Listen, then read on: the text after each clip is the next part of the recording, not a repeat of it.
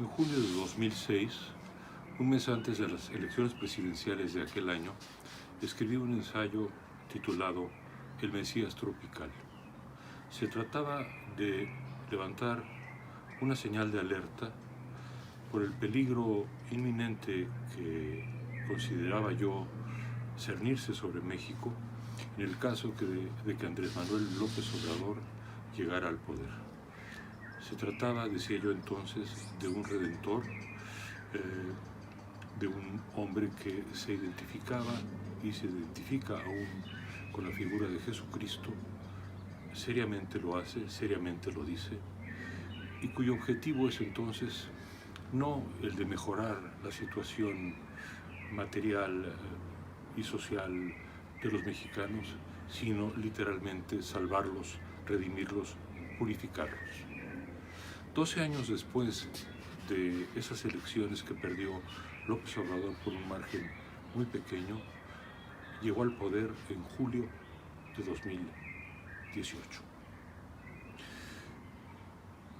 Antes del estallido de la pandemia del coronavirus, las señales de que los temores, aquellos de 2006, no eran infundados, quedaban ya perfectamente claras. El desmantelamiento de las instituciones autónomas, el acoso a la libertad de expresión, el dominio prácticamente absoluto sobre el Congreso y los gobiernos de los estados. Todo eso y más configuraban una concentración del poder que no se había visto en México, nunca antes en la historia, salvo si hacemos excepción de los tiempos de los tlatoanis aztecas. Tiene ahora López Obrador más poder que el que tuvieron todos los presidentes del PRI, porque los presidentes del PRI en el siglo XX no eran dueños del partido y tenían 6 años como límite para su gestión. López Obrador sigue teniendo el límite de los 6 años, pero es dueño del partido mayoritario, Morena, y también controla el Congreso. Tiene un predominio sobre la Suprema Corte, al menos parcial, y podría, si quiere, si es refrendado su poder y su mandato en 2021, optar por la reelección. Con el estallido de la pandemia, todos los rasgos de su política económica, llamémosla así, social, y de su actitud con respecto a las libertades y la democracia, lo único que han hecho es profundizarse y subrayarse. El modo en que ha mal administrado o desadministrado la pandemia es, puedo afirmarlo sin exagerar, francamente criminal. Semanas después del estallido, seguía recorriendo los pueblos del país y lanzando a los 4 vientos, a través de los medios de comunicación tradicionales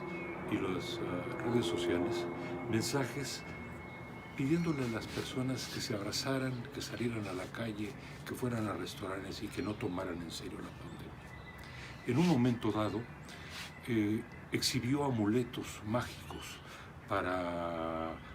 desterrar el coronavirus de la superficie de México. Estos mensajes, en un hombre que tiene aún el 50% de popularidad en este país, son la razón por la cual me he atrevido a utilizar la palabra criminal. Por otra parte, México es un país que prácticamente no ha sometido a la población a las pruebas necesarias, está particularmente mal preparado en términos de equipo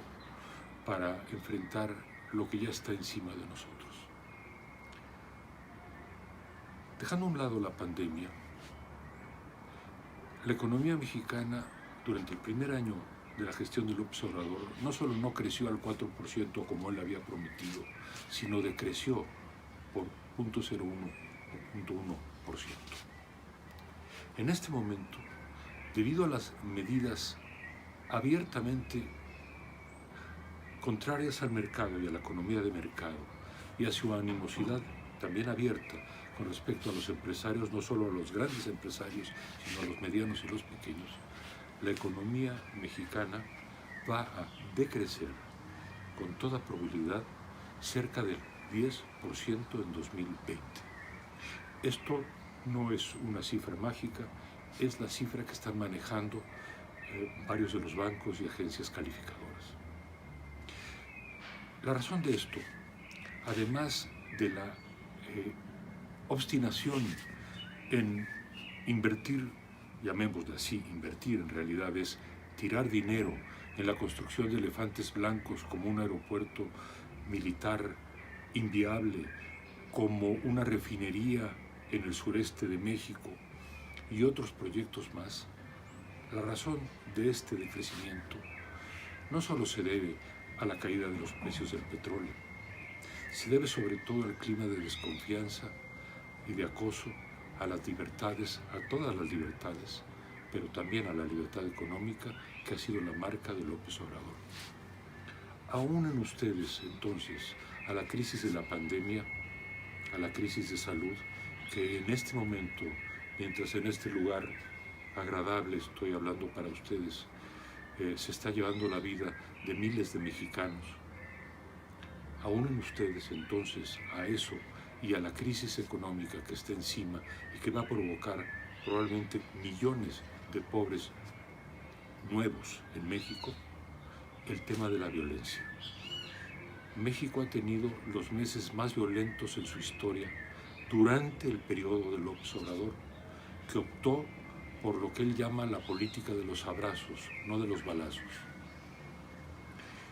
En un gesto absolutamente incomprensible, fue a saludar a la madre del Chapo Guzmán, el famoso, célebre narcotraficante que cumple una condena de cadena perpetua en Estados Unidos. Su mensaje a los narcotraficantes no cayó en saco roto. Buena cuenta tomaron ellos, y debido a eso, el día de ayer en el periódico Reforma se recibió un video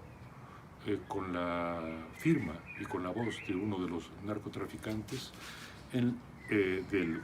cártel de Sinaloa, en el cual advertía al periódico Reforma que si seguía criticando a López Obrador, volarían su edificio. Ese México que sufre en este momento, como todo el mundo, pero muy agudamente debido a la impreparación del gobierno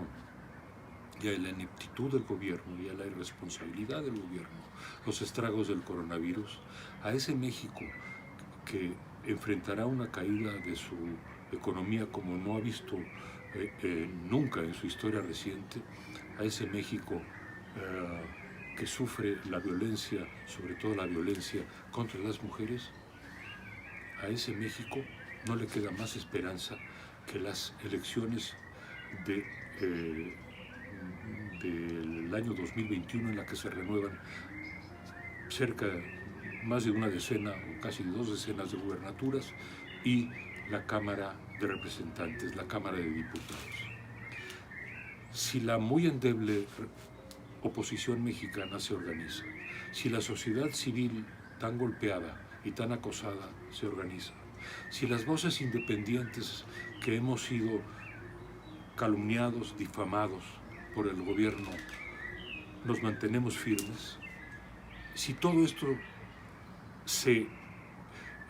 canaliza en un esfuerzo cívico sin precedente, creo que podremos recobrar la Cámara de Diputados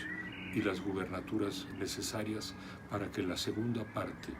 los segundos 6 años del sexenio de López Obrador, deje de tener el control absoluto. La reconstrucción en México, queridos amigos de la Fundación Internacional para la Libertad, la reconstrucción en México va a llevar muchos años, va a llevar una generación, también en el mundo, pero en México de manera muy aguda, porque la destrucción política, económica e institucional de este país ha sido severa y, a mi juicio, deliberada. Necesitaremos mucho su ayuda. Cuídense todos. Muchas gracias.